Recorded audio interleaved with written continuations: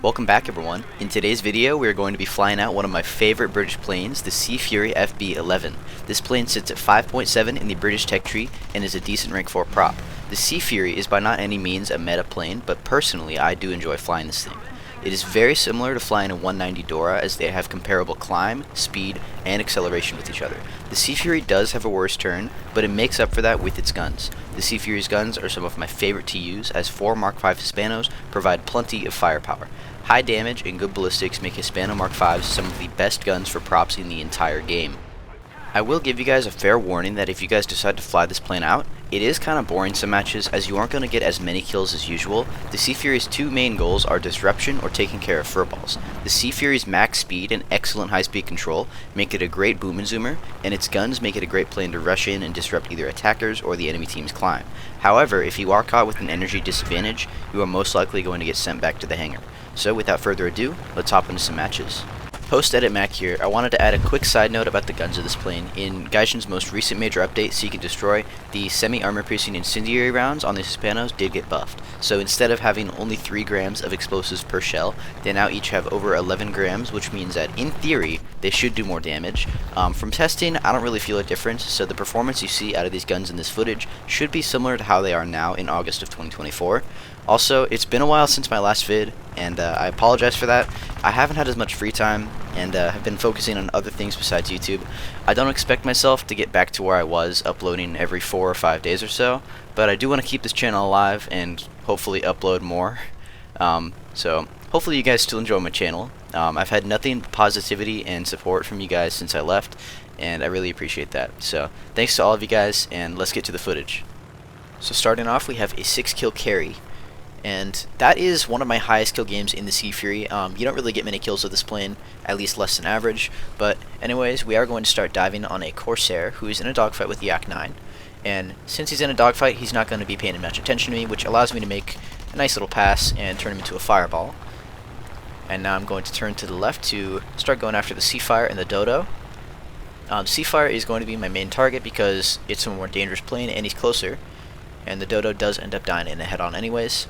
I now pitch in for a head-on with the Seafire, and unfortunately my rudder does start compressing at these speeds.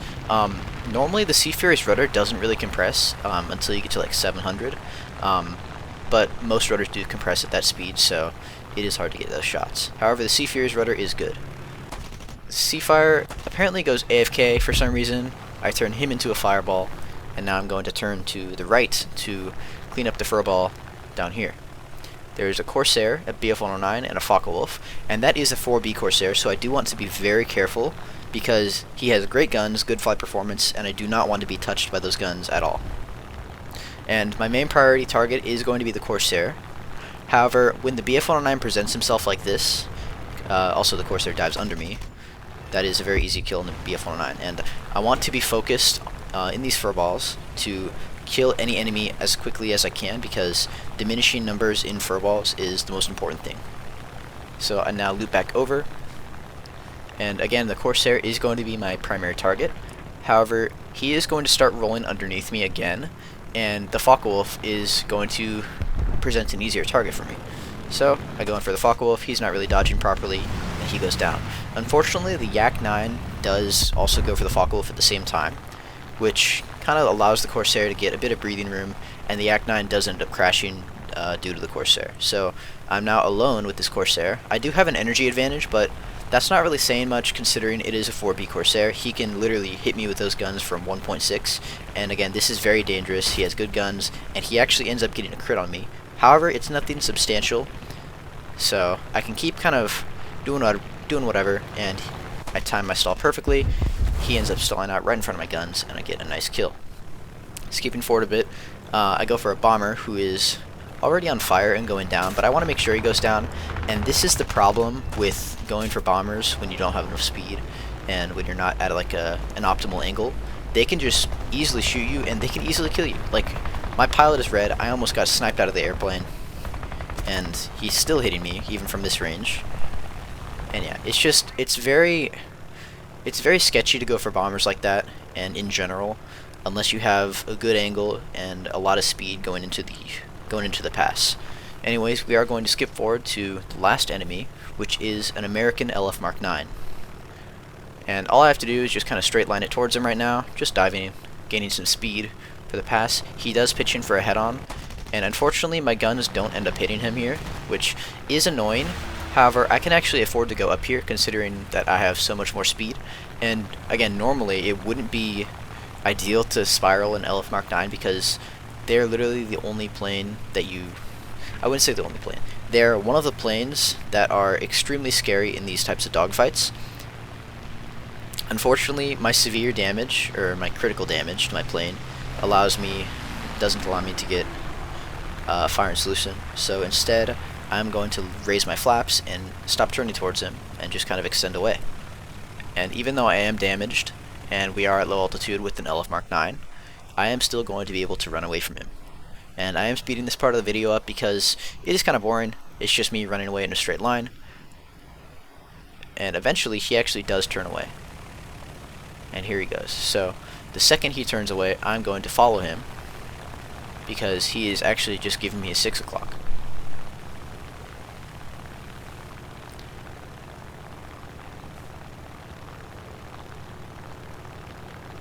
And already you can see I am above him by a bit, and I'm easily catching him, which means I do have more energy. Now this is all relative because he is an LF Mark 9. However, if he turns back into me, then he's going to have even less energy, and I'm going to have an even bigger advantage. So all I have to do is just kind of hunt him down, and eventually, after enough passes, he could die. He starts turning in now. He's kind of turning back in front of me. I don't really know what his plan was here, but he ends up flying right between my guns, and he does go down. And that is going to be game. GG. We are now moving on to a, I believe, 5-kill game. And we start above a furball, LA7, LA9, all sorts of good enemies to go down for. And I see that the LA7 and the Focke-Wulf are both diving on my teammate Armax, so I'm going to now dive on them, as well as the Act-9. There's 3 enemies after my teammate. I'm going to first go for the Act-9. He goes kaboom. Unfortunately, I get an assist somehow. I go for the Focke-Wulf now. I get severe damage. Unfortunately, his plane looks just fine, and I'm now going to go for the LA7. Again, Armax is going to keep running. Luckily, the LA7 doesn't really see me. I line up a long-range burst, and I end up taking both of his wings off. Again, Hispanos are very, very good guns, especially when you have 4 Mark 5s. Even at this BR, they just shred every single enemy. I now am skipping forward to me diving on an LA9, as well as a couple other aircraft, but the LA9 is going to be my main priority target. Unfortunately, I aim just a bit too high as he rolls under my guns, so I'm just going to turn my speed back into altitude, extend away from the Yak 3, and just kind of take my time setting up another pass. However, there are a couple other high enemies. Circa is going to take care of that Yak 3 over to the right, and I'm going to head on this Focke-Wulf 190, because he seems like he really, really wants it. Unfortunately, he doesn't realize that I have stealth rounds, and he ends up eating all of them to the wing. I'm now going to turn to the right, as there are 4 enemies down there, and I'm just going to basically clean up. That's what this plane is very good at. Very good at furballs. It's very similar to a Focke-Wulf. Tino calls it a British Focke-Wulf for a reason. I almost missed a shot there because I kind of positioned my wings in a weird way where I had to use my rudder to aim. However, the Yak 3 does go down. Wing-mounted Hispanos are easier to aim than nose-mounted at that range. Focke-Wulf goes down. I don't really know what he was doing. He wasn't really paying attention. And now I'm going to extend for the Tu-2. And yeah, this is a pretty routine bomber kill. He turns full broadside to me. I give him a little couple taps, and he goes down. I loop back over for the LA9. Actually, not yet. That was actually game, excuse me. But anyway, we are going to now head to another game. I believe this is another 5-kill game. We have a corsair above me, and I just want to kind of stay below him, stay out of his reach, and run away. Running away towards the middle of the fight, we see a P-47 and an A-7M up to my left. However, he is far enough away that he won't really matter. The P-47 tries pitching in for a head-on here. However, it is a very bad idea as he's basically stalled out. I don't really know why, but I'm not complaining. It's a free kill.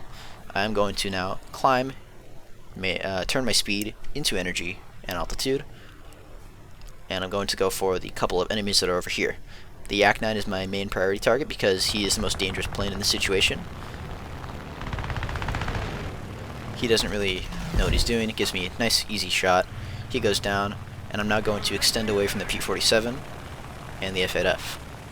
However, I do also want to be careful with the P-47 that is above me, and as I'm turning, I look up and see that the P-47 is straight booking it towards me, and my teammate isn't going to be able to take a shot at him in time. So I'm going to dive straight down, gain a bunch of speed for the dodge, I roll under and then back around the other side of his guns, and with the P-47's very sluggish roll rate, he's going to have a very hard time hitting that shot.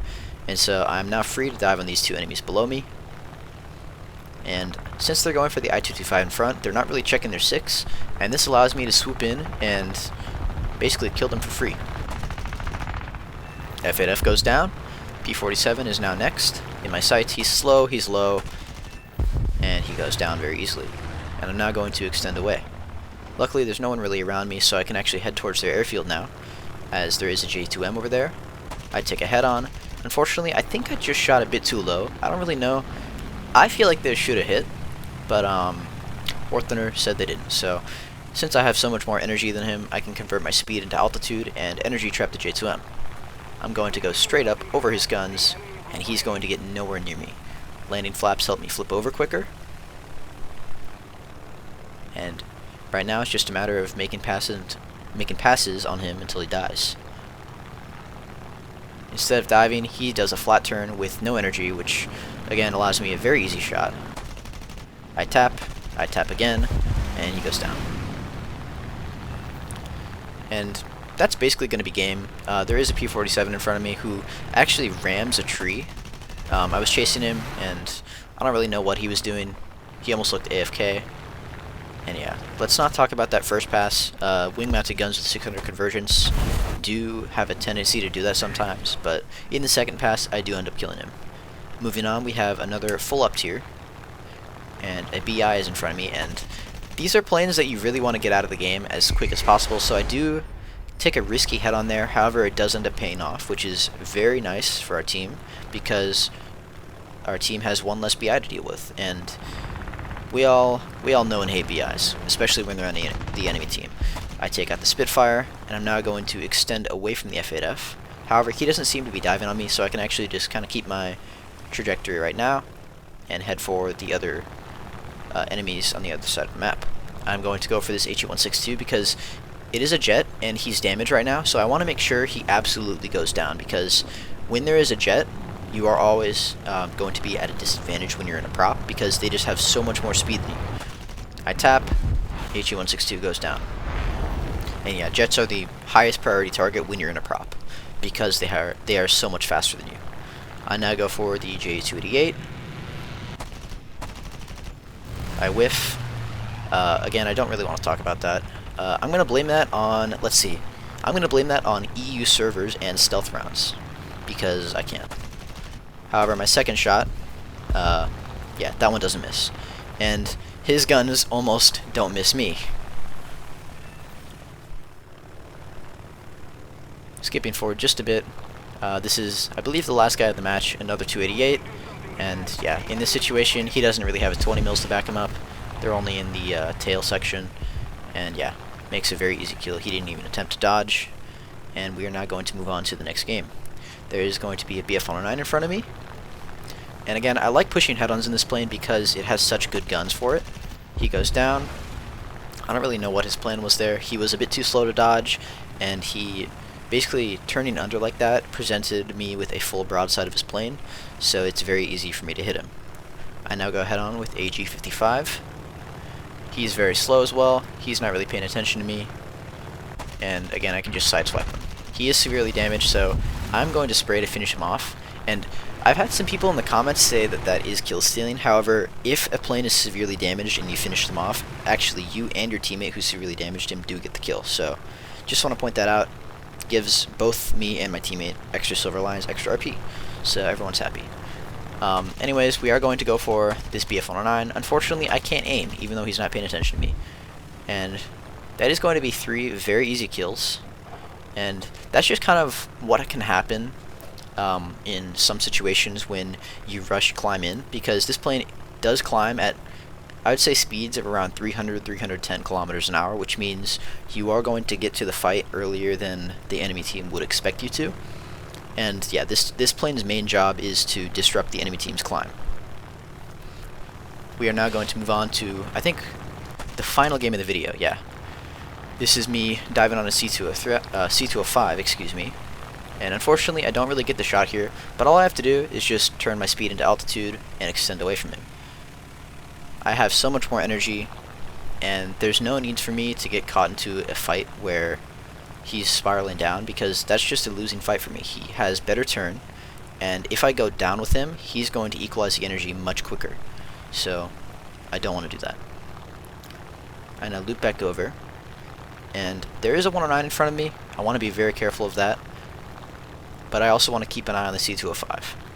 I'm going to go head on with the 109.